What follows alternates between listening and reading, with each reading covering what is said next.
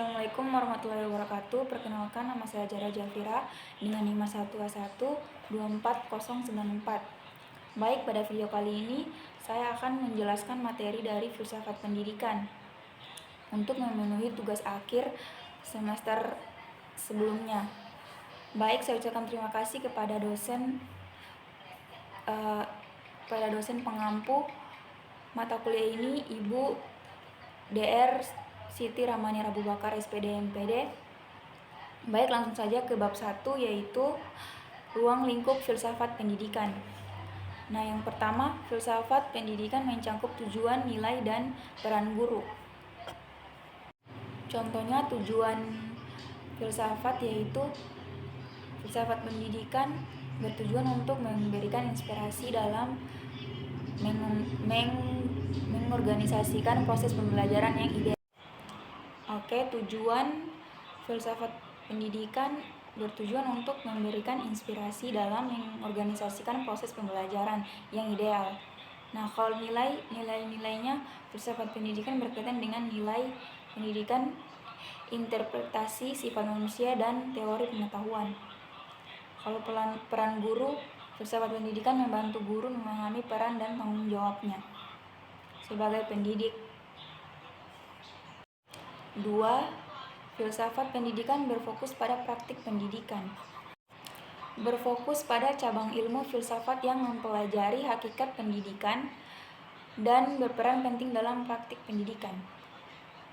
3. Nilai-nilai pendidikan harus ditransfer kepada siswa.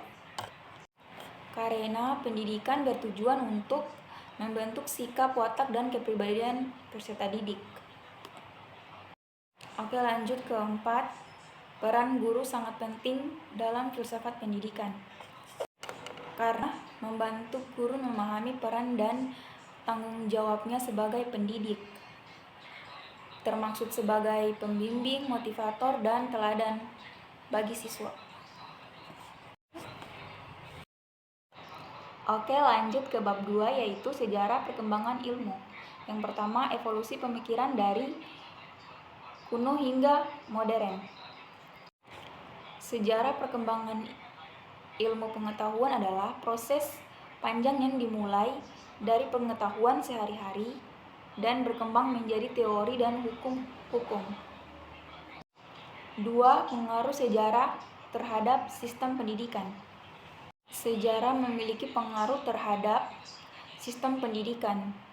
Contohnya seperti pembelajaran sejarah, pengaruh kolonialisme, pengaruh penjajahan Jepang. Yang ketiga yaitu pentingnya mempelajari sejarah perkembangan ilmu karena dapat membantu kita memahami perjalanan manusia dari masa ke masa, termasuk perkembangan ilmu pengetahuan. Yang keempat, kontribusi setiap periode dalam pendidikan. Lanjut ke bab 3, yaitu pengetahuan dan ukuran kebenaran. Yang pertama, kebenaran objektif dan subjektif. Contoh kebenaran objektif yaitu kebenaran yang tidak dipengaruhi oleh subjektif individu, sedangkan kebenaran subjektif kebenaran yang dipengaruhi oleh sudut pandang pribadi. Yang kedua, relevansi pengetahuan dalam pendidikan. Karena pengetahuan merupakan inti dari pengajaran. Pengetahuan yang diajarkan secara eksplisit membantu siswa menjadi pembelajar mandiri. Yang ketiga, pentingnya mengajarkan cara membedakan kebenaran. Contohnya seperti kita mempelajari sejarah perkembangan ilmu dapat membantu kita.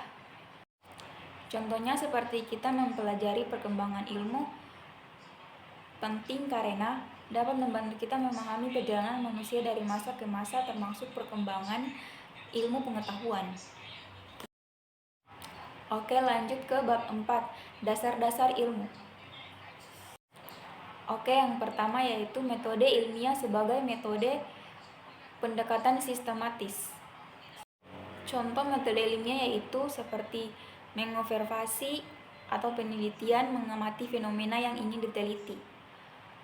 Merumuskan masalah, penelitian yang mengidentifikasi masalah yang akan diteliti. Hipotesis peneliti membuat hipnotis yang bersifat prediktif. Desain penelitian, pengumpulan data, analisis data, dan kesimpulan. Oke, yang kedua yaitu logika dalam berpikir kritis. Contohnya seperti mengidentifikasi masalah, bertanya, memahami perbedaan pemikiran, mengidentifikasi solusi baru. Berpikir analitikal, berpikir terbuka, manajemen waktu, komunitas yang terbaik, menanyakan alasan. Oke, lanjut yang ketiga yaitu etika dalam pendidikan. Contohnya seperti menghormati sesama manusia, tidak membedakan teman, bersikap adil dalam berinteraksi dengan orang lain, menghargai perbedaan di antara sesama, berpakaian sopan dan rapi, menjaga kebersihan diri, tidak terlambat masuk sekolah, berangkat dan pulang sekolah tepat waktu. Oke, yang keempat, pentingnya pemahaman dasar-dasar ilmu. Contohnya seperti kita memahami dunia alam, mengembangkan teknologi, meningkatkan kualitas hidup, mengembangkan kemampuan diri.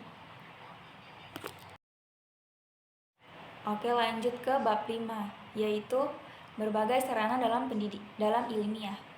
Yang pertama, buku dan jurnal sebagai sumber informasi. Yang kedua, teknologi dalam pendidikan.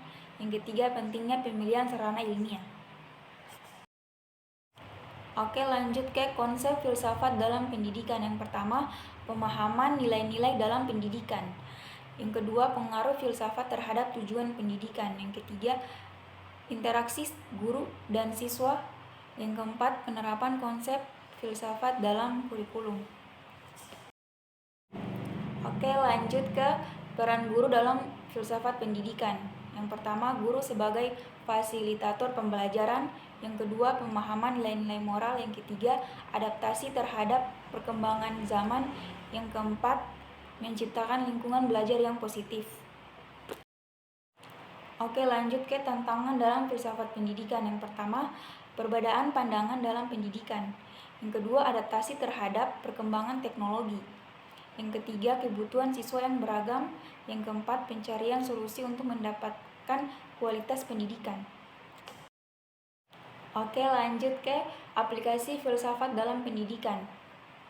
Yang pertama yaitu kurikulum yang mencerminkan nilai-nilai filsafat. Yang kedua, metode pengajaran yang berfokus pada karakter. Yang ketiga, interaksi positif antara guru dan siswa. Yang keempat, penerapan filsafat pendidikan secara konsisten. Oke, dari materi yang saya paparkan tadi, di sini saya dapat menyimpulkan filsafat pendidikan sebagai landasan pengembangan pendidikan yang adaptasi terhadap kebutuhan masyarakat, pengembangan karakter dan keterampilan siswa, kualitas pendidikan yang berkelanjutan.